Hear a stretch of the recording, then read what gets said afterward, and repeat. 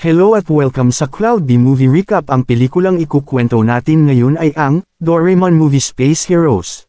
Bago tayo magsimula ay maaari lamang mag-iwan ng subscribe, like and share. Halina't simulan na natin.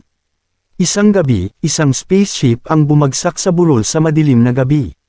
Kinaumagahan, nagpasya sina Suneo, Giant at Shizuko na gumawa ng isang pelikula tungkol sa isang space-based na hero film na Guardians of the Galaxy, na isang mahiwagang kasalukuyang blockbuster. Samantala, si Nobita ay gumagawa ng cat cradle art sa harap ng maliliit na bata. Dali-dali siyang umuwi at pinanood ang paborito niyang programang Galactic Guardians. Dahil dito nakaisip siya ng idea, ang gumawa ng pelikula kung saan siya ay magiging hero.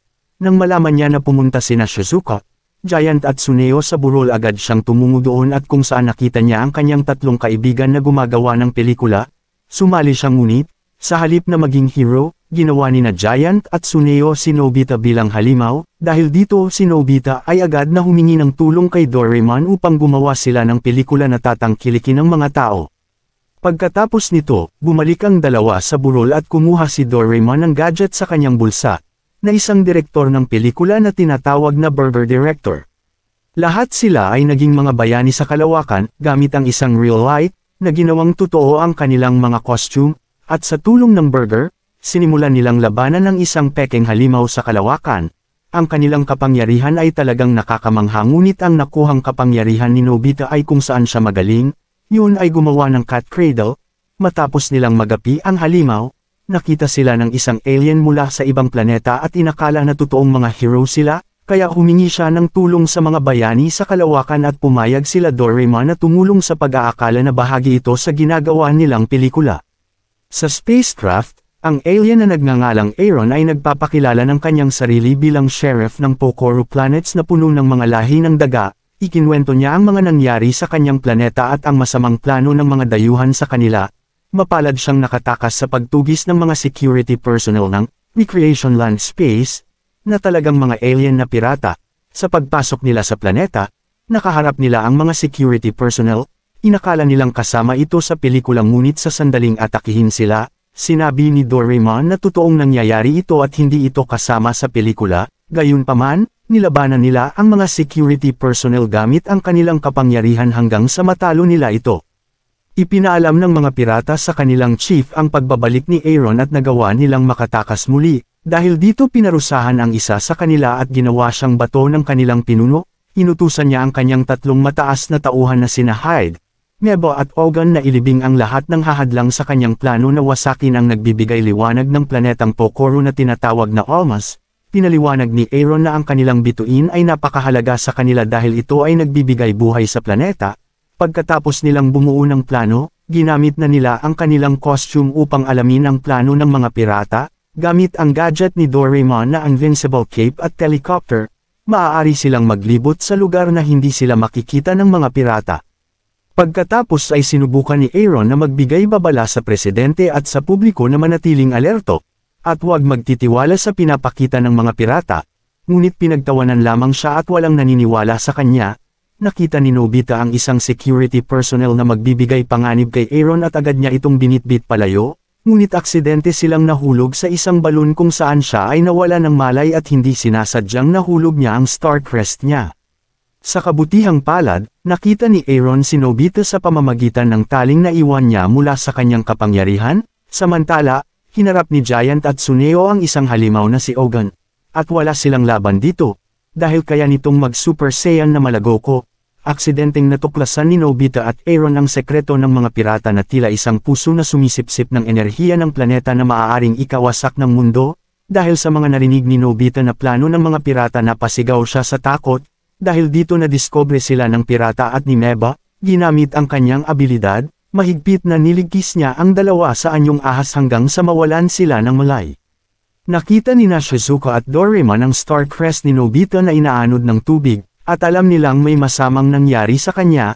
Ikinulong sina Nobita at Aaron kasama sina Giant at Suneo sa isang bowl ang salamin. Gamit ang kamera ng Director Burger, nalaman nila Doraemon ang lokasyon ni Nobita. Gamit ang mole meets, hinukay ni Doraemon ang ilalim ng lupa upang makapunta sa lokasyon nila Nobita at mailigtas sila. Dumating si Hyde sa bilangguan at sinabi ang nalalapit na katapusan ng planeta. Matapos umalis ni Hyde, biglang nagkaroon ng pagyanig, na lumalabas ang pagdating ni Doraemon at pinabagsak niya ang mga pirata. Pagkatapos nito na iligtas nila sila Nobita, Aaron, Suneo at Giant, ang Direktor Berber ay nagpapakita ng mga virtual na larawan upang takutin si Hyde at makatakas sila. Dito nga ay ibinunyag ni Suneo kay Aaron na hindi sila tunay na bayani at gumagawa lamang sila ng pelikula, kaya ayaw na niyang ipagpatuloy ito at nais na niyang umuwi. Gayunpaman, kahit na hindi sila tunay na bayani, para kay Aaron sila ay mga bayani, dahil handa silang tumulong sa kanya upang mailigtas ang kanilang planeta, dahil dito nagkaisa sila na tulungan si Aaron at protektahan ang kanilang planeta, walang nagawa si Suneo kundi ay tumulong na din. Kinabukasan sa ginaganap na pagdiriwang, nagtataka ang isang tauhan ng presidente kung bakit wala pang ni isang bisitang dumalo. Nilinlang muli sila ni Hyde at pinaniwala na darating ang bisita sa tamang oras na may sorpresa sa kanila, ngunit hindi nila alam na ang plano nila ay malapit ng matapos. Pagkatapos bumuo ng plano ang Team Galactic Heroes ay muling nagpatuloy sa kanilang misyon, ngunit namataan sila ng kalaban, kaya inutusan ng Chief ang kanyang tauhan na harapin ang mga bayani. Hinuli ni Meba si Aaron gamit ang kanyang kapangyarihan, at sinubukan ni Nobita na tulungan siya. Agad naman umatake si Giant at sabik na makaganti sa ginawa sa kanila ni Ogan. Ginamit ni Shizuka ang kapangyarihan tubig upang tulungan si Aaron at Nobita. Samantala, na-teleport si Nobita sa spaceship ng pirata sa pamamagitan ng sinturon ni Meba. Nakaharap ni Nobita ang pinuno ng pirata at matapang na sinabi na tatalunan niya ang halimaw. Pinakawalan na ni Shizuka ang pinakamalakas niyang atake kay Meba kung saan siya ay naging slime. Nagsagupaan naman si Giant at Ogan kung saan ay tinalo niya ang halimaw kahit pa naka-Super Saiyan pa ito. Kaya nagpasalamat si Giant sa teknik na natutunan niya sa kanyang ina. Samantala kasalukuyang nilalabanan ni Nobita ang halimaw hanggang sa lumabas ito sa kanyang crib. Nag-focus si Nobita sa kanyang sarili at nagpakawala ng isang atake kung saan ay naging abo ang halimaw. Samantala, hinahabol naman sina Suneo ni Hyde sakay sa ginawa niyang shape, at inaakala ng mamamayan na isa ito sa mga pagtatanghal ng mga pirata. Mabilis na lumipad si Giant at winasak ang sasakyan ni Hyde at matagumpay nilang tinalo ito. Tinanong nila Doraemon si Hyde tungkol sa kanilang plano ngunit wala silang nakuhang sagot. Nadiskubre naman ni Suneo sa data ang pagpapakawala ng enerhiya mula sa planetang Pokoro na wawasak sa Star Almaz upang makuha nila ang mga diamante ng Star. Dito na napagtanto ni Aaron na ang plano ng mga pirata ay makuha ang pinakamatigas na diamante sa buong universe. Marami nang nagtangkang makuha ito ngunit walang nagtagumpay, kaya inipon ng mga pirata ang enerhiya ng planeta upang mawasak ang Star Almaz.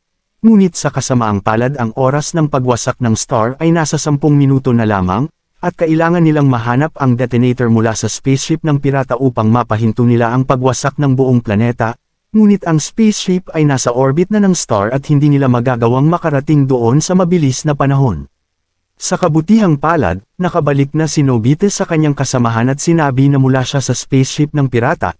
Nagulat ang lahat at pinaliwanag niya sa kanila na sa pamamagitan ng belt ay nagawa niyang makapag-teleport. Agad silang kumapit kay Nobita at tumungo sa spaceship. Samantala, lumabas ang isang pusit sa abo na lumalabas na siya ang chief ng pirata. Nang makarating na sila agad na ipinaliwanag ni Suneo kay Nobita ang nangyayari kaya agad silang naghanap ng detonator, ngunit ang oras ay malapit ng maubos. Nakita ni Doraemon ang detonator at mabilis na binaril ito, ngunit huli na ang lahat dahil hindi nila napigilan ang pagwasak ng bituin. Ang masayang araw ng mga mamamayan ay napalitan ng takot sa kanilang muka. At ang planeta ay binalot ng kadiliman at ang paligid ay natuyo. Sinubukan pa rin ng mga bayani na pigilan ito ngunit wala na silang nagawa.